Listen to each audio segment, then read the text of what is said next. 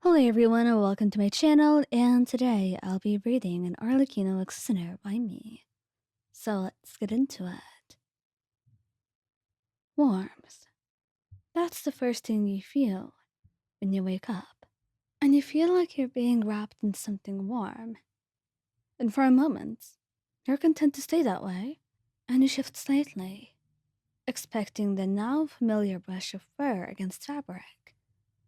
But your arm moves.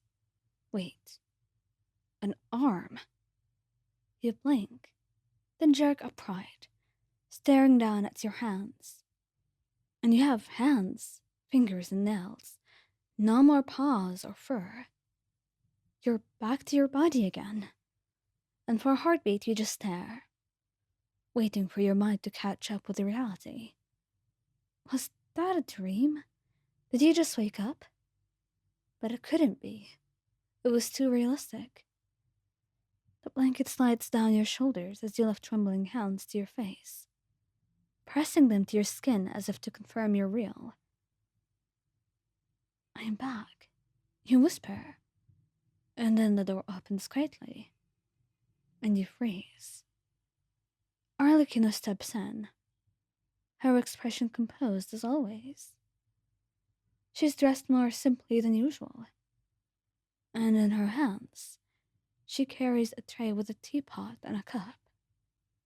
Her gaze lifts, and she stops dead in her tracks. Wyan. Your name leaves her lips in a whisper. You swallow, trying to speak. She crosses the distance before you can finish, the tray landing silently on the nearby desk, her heels clicking as she closes the space between you, and then she cups your cheek with her hand. You're back. You lean into her touch, your eyes stinging. Did you know it was me? Not at first. To be honest, not at all. But even then, you felt too familiar, even as a cat. You can't help it. A quiet laugh escapes you. Well, I was always following you around and demanding your attention.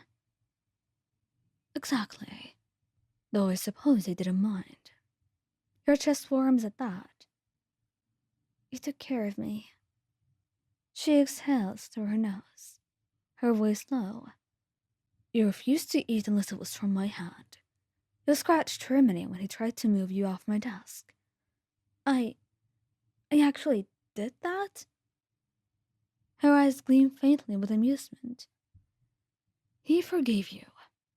Eventually, you groan, burying your face in your hands. Oh God, they're never going to let me live that down. Probably not, she says, her tone dry. And a moment of quiet passes between you, filled only by the faint ticking of the clock on her wall. Then her hand moves from your face to the back of your head, her fingers threading gently through your hair. You were cold. You wouldn't let anyone near you but me. Meanwhile, I thought that the real you had left. That you'd left me without saying goodbye. The ache in her voice is so faint you almost miss it. Almost. You reach out, taking her hand in yours. I'd never do that. I know. Still, I couldn't get the thought off my mind. I kept thinking about it, of all those times that maybe I've let you down. And I thought, maybe you're truly up and left. And then I took the cat to my bed. You know, since it was so clingy. And then suddenly when you wake up, you're back to being normal.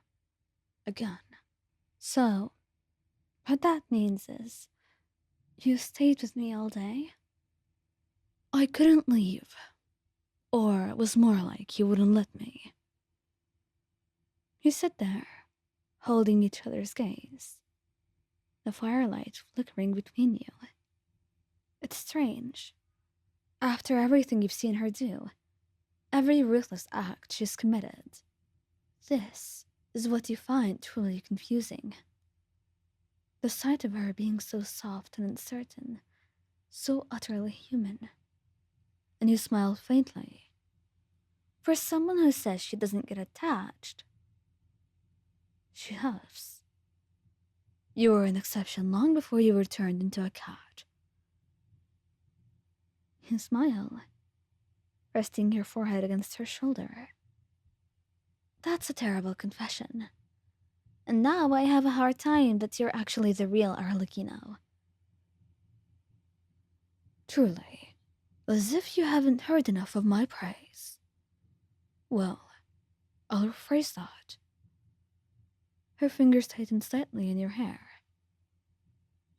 You matter to me, Lion. More than I'm comfortable admitting. The words sang in the air, raw and real. And you stay like that for a while, her hands still in your hair, your pulse steady against her chest. It's almost peaceful, the kind of silence that exists only between two people who've seen each other's worst and still continuously choose to stay.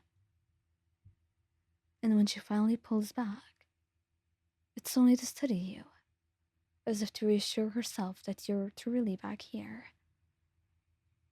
How do you feel? Human, and really hungry. She exhales softly. I'll have something brought up. But when she turns to go, you catch her wrist. Arlie? She stops, glancing back. Thank you. Her expression softens again. I did what anyone would. Would they, though? She chuckles. Perhaps not. And you can't help but laugh. And then, you kiss the back of her hand before letting it go. And once she leaves the room, you sit there, your heart melting in your chest, wondering just what else this woman could show you, and how many times could she surprise you with how utterly soft her heart truly was.